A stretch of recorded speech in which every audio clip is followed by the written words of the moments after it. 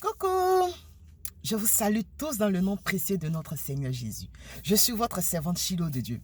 Et c'est toujours pour moi un réel plaisir de pouvoir faire une vidéo et de pouvoir échanger, communiquer avec vous. Ce matin, ma vidéo a pour but de parler d'un sujet d'actualité. Et ce sujet-là est relatif à la pandémie du coronavirus. Toute la terre entière, actuellement, est en ébullition. Toute la terre entière ne sait où poser la tête. Parce que ce virus est en train de faire des ravages pas possibles. Cette pandémie-là, en train de décimer toute la terre. Et face à cette situation, mon frère, ma soeur, je voudrais ce matin m'adresser à certaines personnes, à deux catégories de personnes. D'abord, pour nous qui sommes enfants de Dieu, pour nous qui avons accepté Christ, parce que face à cette situation où toute la terre est en train de se poser des questions, toute la terre entière est apeurée, toute la terre entière a peur, toute la terre entière est affolée, il y a même parmi toutes ces personnes, des personnes chrétiennes, des frères et sœurs en Christ qui ont peur, des frères et sœurs en Christ qui sont troublés, des frères et sœurs en Christ qui ne savent pas comment faire. Mais ce matin, bien-aimé, je voudrais d'abord poser une question, sinon poser une série de questions à mes frères et sœurs en Christ. Est-ce normal pour toi qui as accepté le Seigneur Jésus de pouvoir craindre? Est-ce normal pour toi qui as accepté le Seigneur Jésus de pouvoir être apeuré face à cette situation?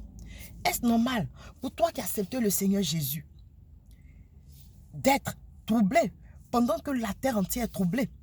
Est-ce normal pour toi qui as accepté notre Seigneur d'être aussi paniqué comme toute l'humanité? Je dis non, non, non. Parce que pour toi qui as accepté le Seigneur Jésus, ton assurance, c'est dans le Seigneur Jésus. Ta force, c'est dans le Seigneur Jésus. Ta foi, c'est dans le Seigneur Jésus. C'est toi, au contraire, dans ce temps de trouble, dans ce temps de panique générale, c'est toi qui dois apporter une parole de réconfort à quelqu'un. C'est toi qui dois apporter une parole de consolation à celui qui ne sait pas où mettre la tête. C'est toi qui es capable de dire, Jésus est capable de te délivrer parce qu'il est la solution et parce qu'il a la solution. C'est toi qui es capable de dire à quelqu'un, calme-toi, Jésus a le contrôle de cette situation. Mais si toi-même tu es celui-là même qu'on doit consoler, que se passe-t-il? Si tu es celui-là même qui est celui qu'on doit apporter le réconfort, n'es-tu plus le sel de la terre comme les Saintes Écritures le déclarent? N'es-tu plus le sel de la terre, mon frère, ma soeur? N'es-tu plus celui-là même qui doit donner la saveur au monde? Mon frère, ma soeur, ce matin, je voudrais te dire quelque chose. Face à cette pandémie, calme-toi. Parce que la Bible déclare dans le livre de Psaume, d'abord au verset 1er, celui qui demeure sous l'abri du Très-Haut repose à l'ombre du Tout-Puissant. Pour toi qui as accepté le Seigneur, tu ne dois pas craindre parce que tu as l'ombre du Tout-Puissant. Et ce même psaume-là dit que même si la peste et la contagion frappent en plein midi, toi tu ne seras pas atteint. Tu m'entends? C'est-à-dire quoi? La contagion, la peste qui est le coronavirus, même si ça se passe à toi, tu ne seras pas atteint. Le Seigneur dit que 10 000 tombent à ton côté, 10 000 tombent à ta droite, tu ne seras pas atteint. Ce qui veut dire quoi? Même si on dit 1000 personnes sont mortes en Chine, 1000 personnes sont mortes en Afrique, 1000 personnes meurent aux États-Unis, toi qui es enfant de Dieu, toi qui as Jésus-Christ comme appui, tu ne seras pas atteint. Et même si tu es atteint, lui, le Seigneur Jésus, il va te délivrer de cette situation pour te montrer que c'est lui qui gère la terre.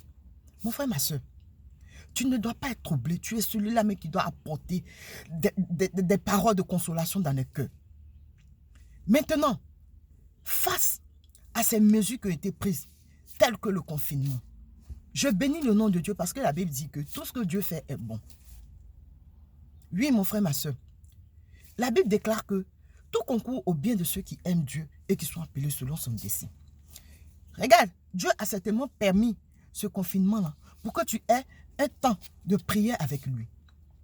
Dieu a permis ces situations-là, de confinement-là, pour que véritablement tu puisses chercher sa face.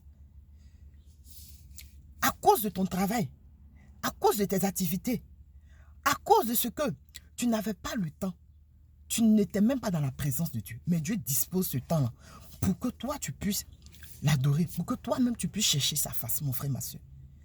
Vous voyez, notre Dieu est tellement merveilleux qu'il crée toute situation pour nous rapprocher de lui. Pour toi qui n'avais pas le temps de passer du temps avec ta famille, Dieu permet cette situation pour que tu puisses te rapprocher de ta famille.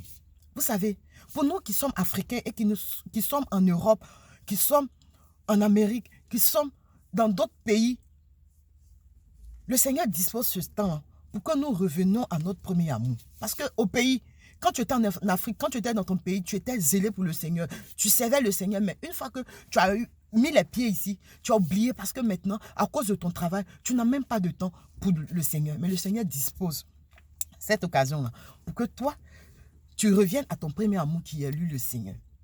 Vous ne voyez pas qu'il est merveilleux? Maintenant, je veux m'adresser aussi à ceux qui ne connaissent pas le Seigneur.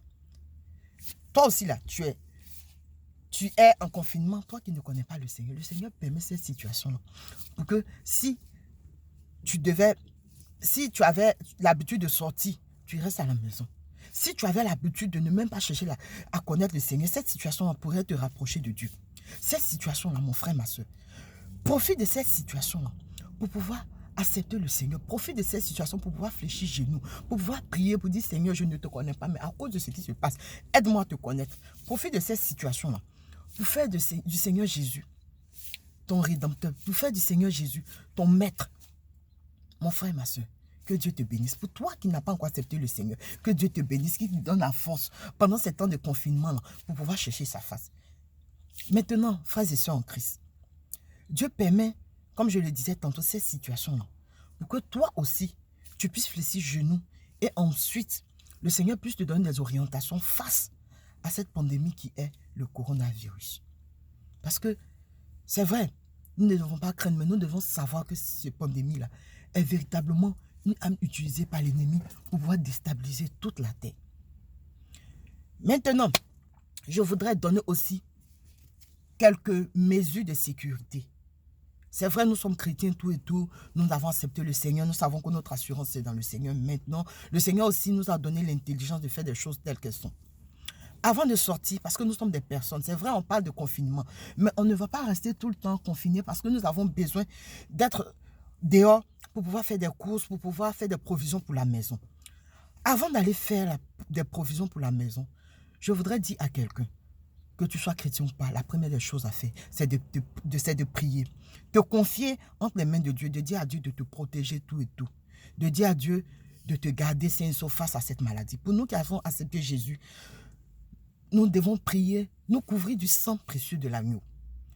Et dire au Saint-Esprit d'affecter des anges pour notre protection afin que nous allons et nous revenons sains et saufs sans choper cette maladie. Maintenant, avant de sortir, nous devons avoir un masque de protection, que ce soit un masque jetable ou un masque fait de tissu. Vous prenez ce masque-là, regardez-vous, si c'est un masque fait de tissu, vous le nouez de cette manière comme je l'ai noué. Vous faites comme ça, vous fermez le masque-là, vous protégez le nez jusqu'au cou. Vous faites comme ça. Vous portez des gants et vous sortez. Quand vous sortez pour aller faire vos courses, vous évitez de saluer votre prochain comme ça en vous tenant les mains.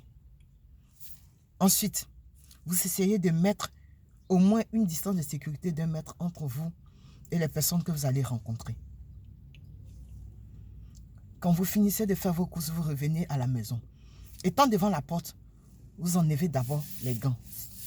Vous les jetez dans la poubelle. Quand vous rentrez à la maison, la première des choses, vous enlevez le gant comme ça. Vous enlevez, le masque comme ça. Après, vous enlevez totalement le masque. Après avoir totalement enlevé le masque, vous entrez dans la cuisine ou dans les toilettes. Vous lavez vos mains avec du savon.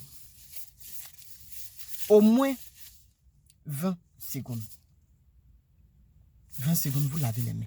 Après avoir fini de laver les mains, ce masque-là, si vous avez l'occasion de le faire sur le champ, vous allez le laver le sécher pour une autre utilisation.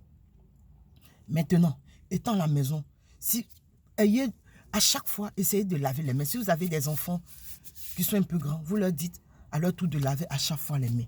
Maintenant, si ce sont des tout petits, vous-même, vous lavez leurs mains à chaque moment parce qu'ils ont toujours tendance à mettre la main dans le doigt, dans la bouche.